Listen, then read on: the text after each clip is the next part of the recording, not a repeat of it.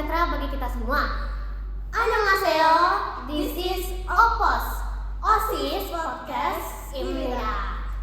Jadi pada podcast kali ini kita akan membahas tentang pentingnya kesehatan di masa remaja. Sebelumnya, perkenalkan nama saya Gisela.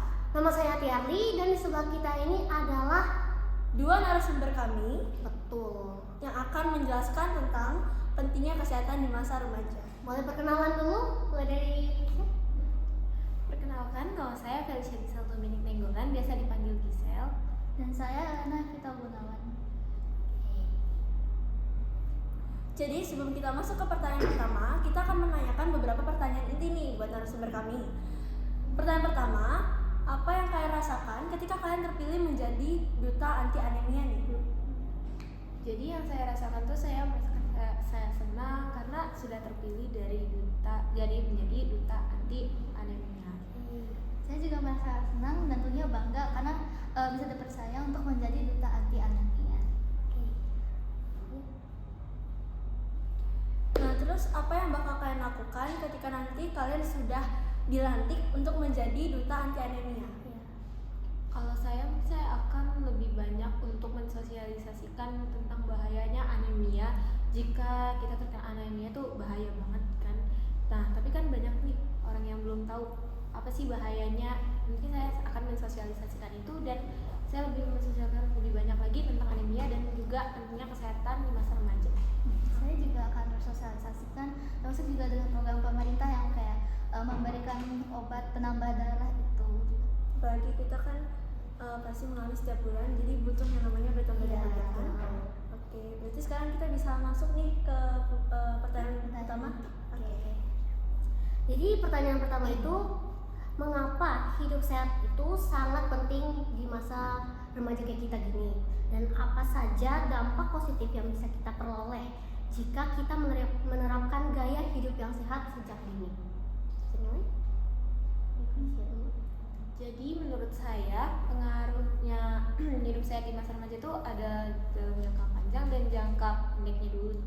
Jadi saya mungkin menjelaskan dari jangka pendeknya dulu. Nah, kalau kita melakukan itu mulai dari jangka pendek ini, kita dapat merasakan kalau kita tuh lebih sehat dibanding remaja-remaja yang lain yang sekarang tuh kebanyakan dulu gak ngapa-ngapain aja tuh capek. Ya lagi tidur-tiduran tiba-tiba udah rasanya capek gitu. Mungkin kita bisa merasa kalau kita tuh lebih bugar dan lebih semangat dari mereka.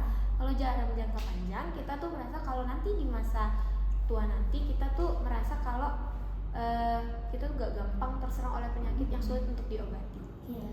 Itu mungkin juga sekalian dampak positifnya. Jadi kan kita ini kan masih remaja, jadi itu tuh bagus banget buat perkembangan. Nah, kalau misalnya kita makan makanan yang sehat, maka akan memberikan dampak positif juga ke tubuh kita, kayak jadi lebih positif, kayak lebih sehat.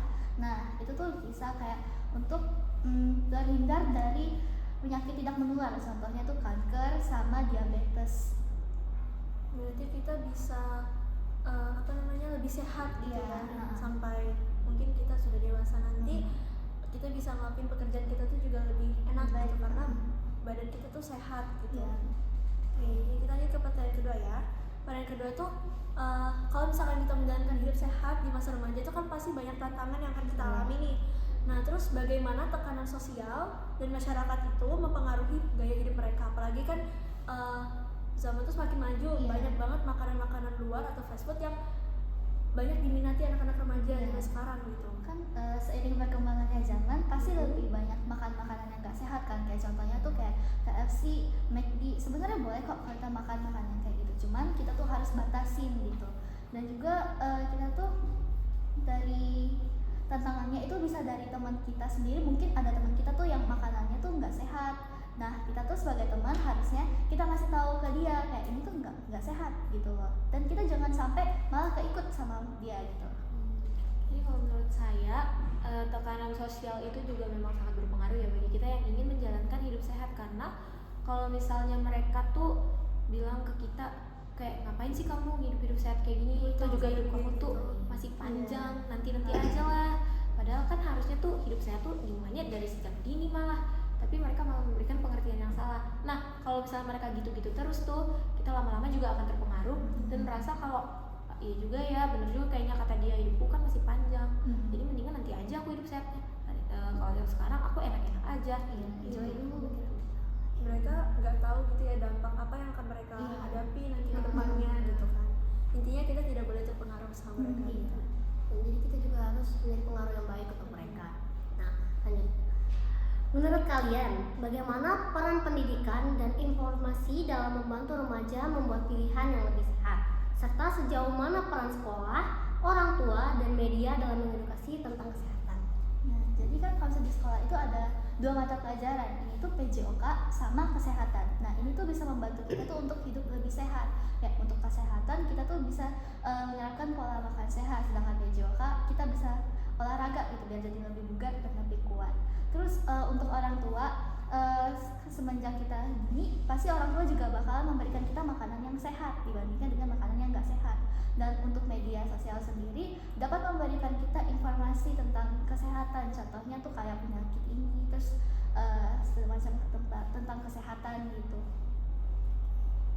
Kalau menurut saya ya peran pendidikan dan juga informasi itu memang sangat berpengaruh juga selain tekanan sosial tadi. Karena kalau misalnya kita nggak tahu nih ada informasi apanya tentang kesehatan ini nih, kita harus apa aja buat melakukan hidup sehat, kita bisa gimana aja gitu. Ya juga kita mungkin jadi nggak tahu dan kita nggak melakukan gitu kan. Nah jadi tadi sejauh mana juga peran sekolah? Menurut saya peran sekolah juga sudah sangat membantu ya, karena sudah ada tadi 2 mata pelajaran yang disebutkan Elena tuh ya di IPK, ada kesehatan dan juga ada PJOK. Nah kalau yang di PJOK difokuskan ke kayak olahraganya, jadi juga ada kan penjelasannya tentang olahraga tersebut gitu. Kalau kesehatan itu tuh lebih ke pola hidup kita, kayak pola tidur, pola makan, kita juga dibilang di sana.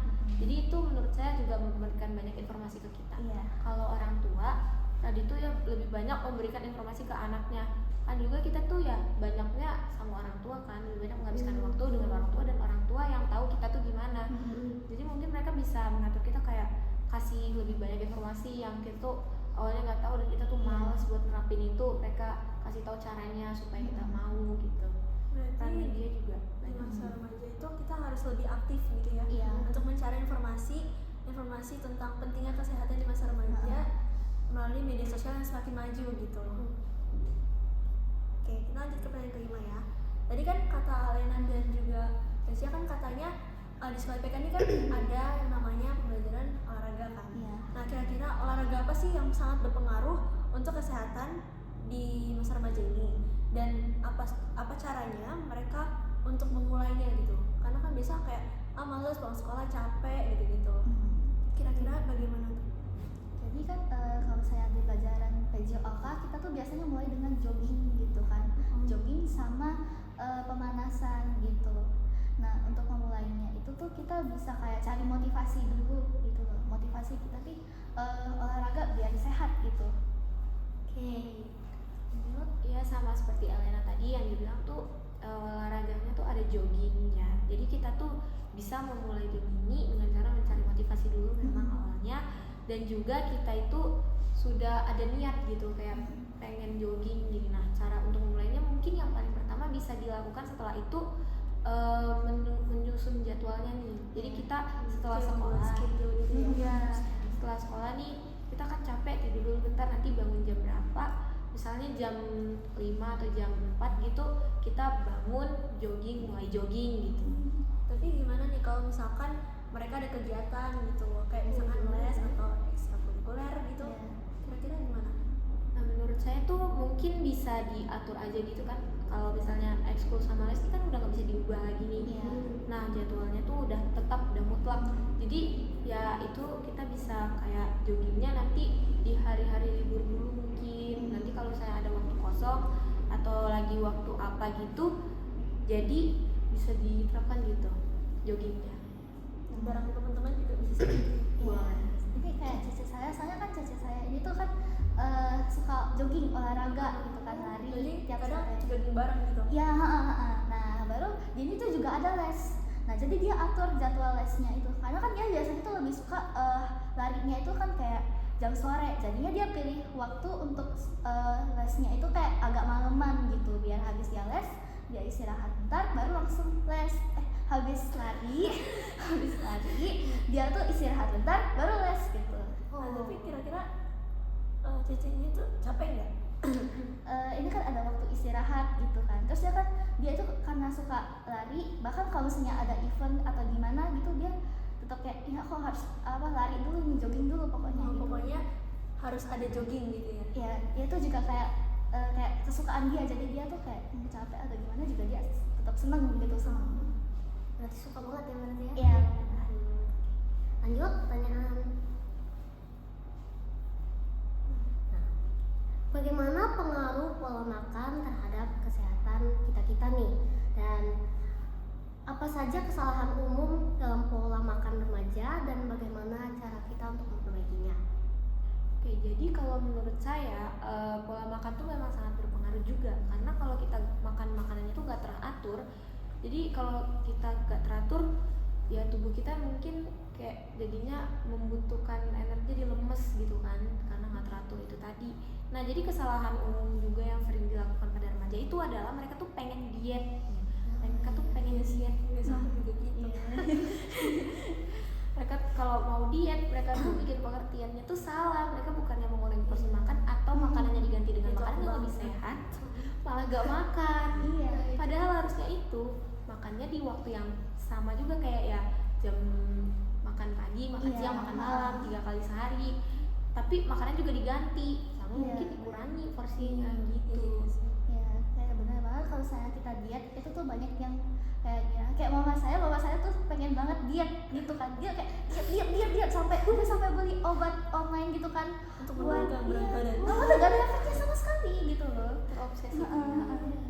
Terus saya itu kan saya udah kasih tahu sering banget ke mama saya, mah ini tuh sebenarnya bukan porsi makan yang dikurangin atau minum obat, beli apa segala macam, pergi ke dokter gimana sebab lemak atau gimana kayak gitu, tapi harusnya itu tuh makanannya tuh diganti, jangan mie instan terus, kopi terus. Soalnya mama saya tiap kali hujan pasti kayak mie instan, kopi, Iya, enak gitu itu kan. emang Iya, instan, gitu. itu Oh, penting, enak banget gitu. Padahal kan harusnya tuh kan kita tuh makanannya tuh yang sehat, kayak sayur-sayuran. Terus habis itu kalau misalnya saya sih porsi makan itu tuh sesuai dengan perut kita sendiri aja, jangan dikurangin, jangan dilebihin. Karena kalau kebanyakan juga nggak baik gitu. Iya, kan, kesehatan. heeh. Oke, kita lanjut ke pertanyaan ke-7 ya. Apa saja strategi yang bisa diterapkan untuk mengurangi stres dan kecemasan pada remaja? Kan pasti remaja zaman sekarang tuh banyak banget kan tugas-tugasnya, terus proyek-proyeknya. Jadi mungkin mereka bakal stres gitu. Iya. Nah, kira-kira apa teknik atau kegiatan tertentu yang bisa terbukti efektif menghilangkan kecemasan dan kestresan mereka? Apakah perlu jogging lagi gitu kayak yang dibilang Elena tadi? Kita bisa kayak mulai dengan kayak melakukan kegiatan positif yang kita suka, kayak contohnya nih aku suka gambar, nanti aku kalau misalnya ada waktu luang aku tuh gambar gitu biar kayak buat menghilangin stres, terus dengerin musik juga boleh gitu, atau enggak kita meditasi, yoga gitu biar untuk mengurangi stres kita, atau olahraga juga boleh. Ya, kalau menurut saya ya cara yang tekniknya itu adalah kita tuh mengatur waktu di mana kita sibuk buat sekolah, sama kita juga harus ada waktu buat kita tuh nengin diri kita tuh istirahat, kita tuh memang harus ada waktunya gitu sih. Jadi kayak misalnya nih pas pagi-pagi sampai siang sore gitu kita sekolah terus, habis itu setelah sekolah pulang sekolah tuh kita mungkin bisa istirahat dulu nih, diselipin waktu istirahatnya. Habis itu nanti malamnya kita ngerjain tugas yang masih ada, tapi jangan sampai larut malam juga, biar masih bisa istirahat dengan cukup. Atau enggak kalau misalkan tadi yang bilang kayak banyak banget proyek tugas, kita bisa bilang dulu ke gurunya kayak Miss ini gimana tugasnya, terlalu susah buat saya, terlalu banyak gitu, nggak gitu. Jadi harus imbang ya antara istirahat dengan kerjaan-kerjaan lainnya. Jadi aku biasa nggak gitu sih. Aku biasa tugas tuh lebih kuutamakan dibanding istirahat gitu. Jadi kadang istirahat tuh kurang, Kecapean juga gitu di sekolah. karena kurang darah gitu ya. Nah, lanjut ya pertanyaan ke-7. Menurut kalian bagaimana peran lingkungan sosial seperti keluarga dan teman dalam mendorong gaya hidup yang sehat, serta bagaimana dukungan dari orang-orang terdekat kita dapat membantu kita membuat pilihan yang lebih baik? Jadi mereka itu tuh bisa memberikan kita motivasi gitu loh. Kalau misalnya kita tuh hidupnya tuh nggak sehat, mereka bisa kasih kita motivasi, ayo dong ini kita hidup sehat biar sehat. Kayak gitu. Jadi kalau menurut saya mereka tuh berperan untuk bisa menjadi kayak supporter kita untuk selalu hidup sehat, dan juga mungkin dukungan mereka tuh memang berpengaruh ya. Iya. Sama juga mungkin mereka bisa berperan sebagai orang yang menegur kita kalau misalnya kita nih mulai males buat melakukan hidup Iya. sehat, mulai makan makanan yang gak sehat dalam porsi yang banyak, kelebihan. Jadi bisa mungkin mereka menegur kita gitu. Pasti kalau misalkan di sekolah itu juga kita bisa mungkin melakukan seminar atau kayak bimbingan gitu kali ya, biar mereka tambah wawasan juga gitu. Ya. Pertanyaan selanjutnya, apa dampak jangka panjang jika remaja itu tidak memulai gaya hidup sehat, dan bagaimana kebiasaan buruk di masa remaja itu dapat mempengaruhi kesehatan mereka di masa dewasa nanti? Kayak misalkan, aduh di masa remaja ini mereka tuh makanannya nggak sehat, terus tidurnya nggak teratur, pola makannya juga nggak terjaga. Itu apa dampak yang akan mereka terima nanti? Jadi dampak yang mereka terima tuh lihatnya nanti di masa dewasanya mereka malah jadi banyak terkena sakit penyakit yang Iya. susah untuk disembuhkan gitu kan. Udah gitu mungkin ujung-ujungnya mereka malah nyesel kayak, kenapa ya aku pas remaja tuh bukannya melakukan hidup sehat, ujung-ujungnya jadi kayak gimana cari Penyesalan di akhir gitu ya. ya, soalnya kalau yang awal namanya penasaran. Bener. Jadi dalam jangka panjang tuh kita bisa, kalau misalnya kita tetap makan makanan yang gak sehat, kita tuh bisa kayak kena penyakit, contohnya kanker, baru habis itu busung lapar itu tuh salah satu penyakit yang kayak saya riset sering banget terjadi di anak-anak Papua. Jadi itu tuh kayak kita itu makanannya tuh yang gak sehat, terus jadinya kita tuh kayak kekurangan nutrisi penting. Nah, jadi di situ banyak banget lemaknya, kayak buncit, tapi di sini kurus, gak ada Saya baru tahu sih. Nggak pernah baca sih. Cuma pernah lihat. Kita lanjut ke pertanyaan terakhir. Apa pesan yang ingin disampaikan kepada remaja terkait pentingnya hidup sehat dari sekarang, dan bagaimana cara mereka tuh bisa termotivasi untuk berubah menjadi lebih baik dalam kesehatan gitu? Ada nggak pesan-pesan kalian nih buat mereka yang lagi nonton podcast ini gitu? Oke. Ayo kita mulai makan makanan yang sehat biar nanti kita tuh gak nyesel. Nah, saat kita ini masih kita di masa remaja, kita seharusnya tuh makan makanan yang sehat, mulai dengan olahraga biar nanti saat kedepannya kita tidak menyesal. Oke, kalau dari saya pesan yang bisa saya sampaikan adalah mungkin kita tuh mulailah hidup sehat dari sejak saat ini banget. Jangan kita tunggu lagi, jangan ditunda-tunda lagi, jangan males lagi. Karena kalau kita males terus, nanti kita pas udah dewasa mudah terkena sakit penyakit, kita jadi sering kena penyakit yang sulit untuk diobati. Nanti malah kita nyesel kenapa pas remaja aku tuh gak kayak gini. Jadi mendingan daripada kita nyesel di akhir, mending dari sekarang aja dimulainya. Salah satu ketakutan tertinggi manusia itu kematian. Nah, salah satu penyebab kematian ini tuh makan makanan yang nggak sehat. Nah, jadi mulai dari sekarang, ayo kita makan makanan yang sehat. Nah, betul guys. Jadi itu pesan-pesan mereka untuk kalian semua yang nonton Untuk kita ini juga ya. dong. Iya, untuk kita juga. Nah, jadi itu aja podcast kita tentang pentingnya kesehatan di masa remaja ini. Semoga podcast yang kita lakukan hari ini bersama dua narasumber kami, Felicia dan juga Elena, bisa menjadi wawasan tambahan buat kalian.